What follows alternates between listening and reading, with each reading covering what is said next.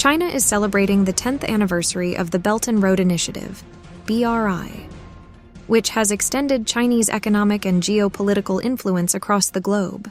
Chinese President Xi Jinping opened the Belt and Road Forum in Beijing on October 18th, sharing the results of the past 10 years with a message that China can only do well when the world is doing well. Xi said new financing for other developing economies will be more than $100 billion.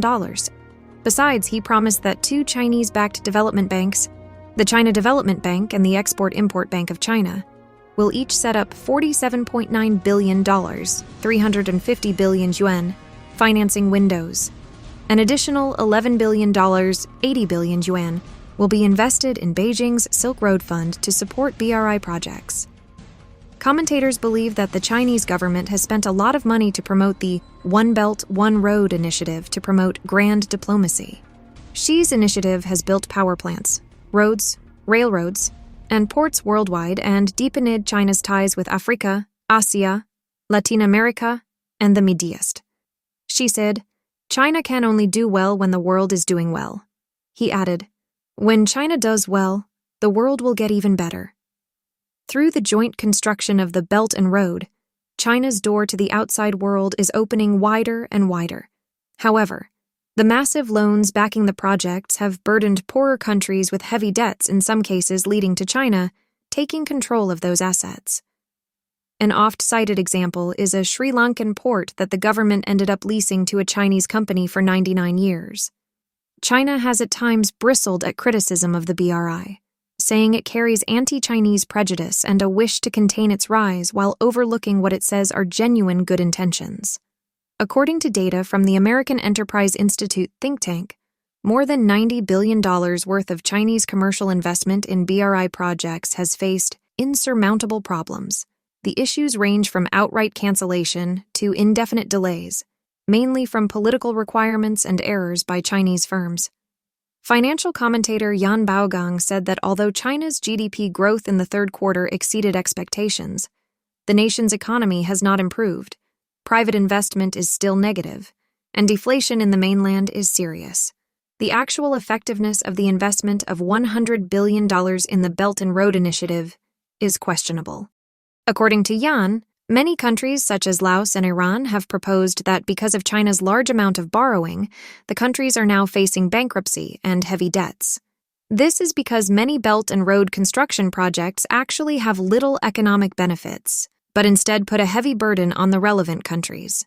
Therefore, some Western countries have criticized the One Belt, One Road initiative for leaving participating countries to cope with huge amounts of debt and environmental degradation.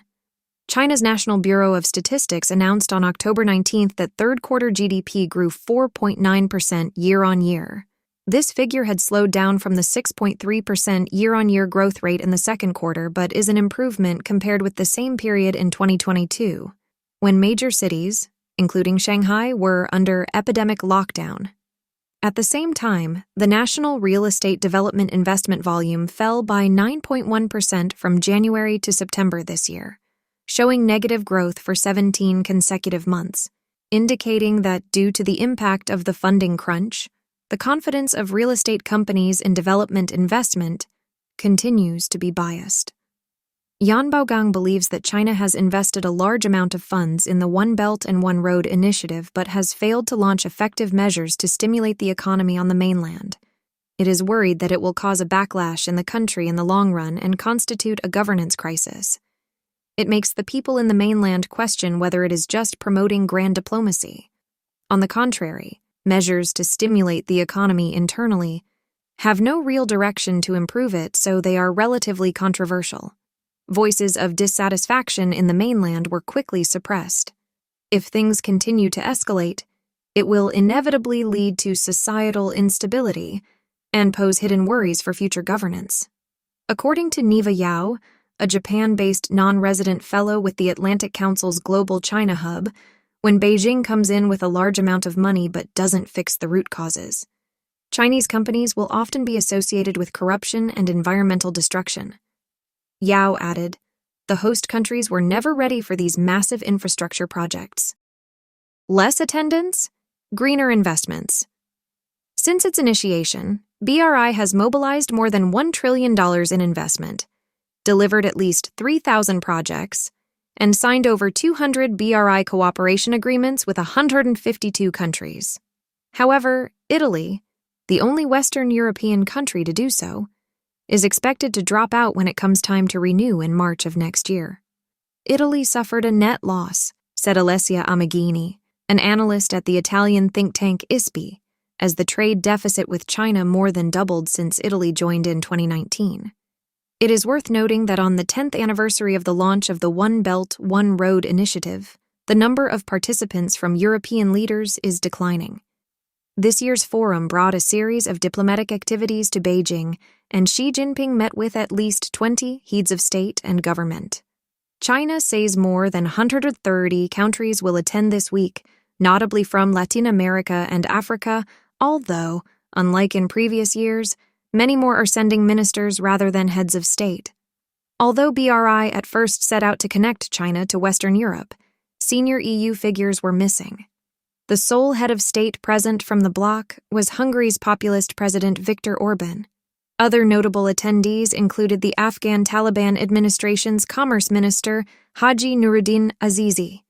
The most prominent was Xi's dear friend, Russian President Vladimir Putin.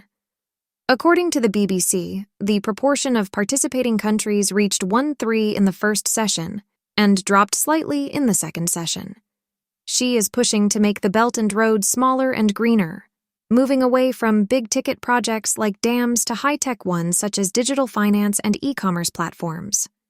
Analysts say the BRI has also become more focused on issues such as climate change and artificial intelligence, as Xi seeks to use it to export Chinese ideas about governance and build consensus around Chinese norms and its development model.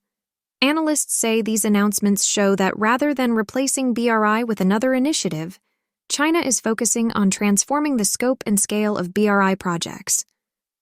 Netapil Wang from Griffith Asia Institute told VOA, "The BRI is here to stay and will focus on issues such as green development and digitalization over the next years." He added that China will likely let the private sector play a bigger role in the BRI while shifting the initiative's focus to bankable projects that can generate revenue.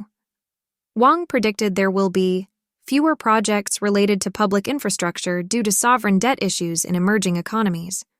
Data aggregated by the American Enterprise Institute, a conservative U.S. think tank, also shows that the size of BRI investment deals may be shrinking. For the first 6 months of 2023, Chinese companies signed BRI-related construction and investment deals worth $40 billion, far less than before the COVID pandemic when BRI annual expenditures usually exceeded $100 billion.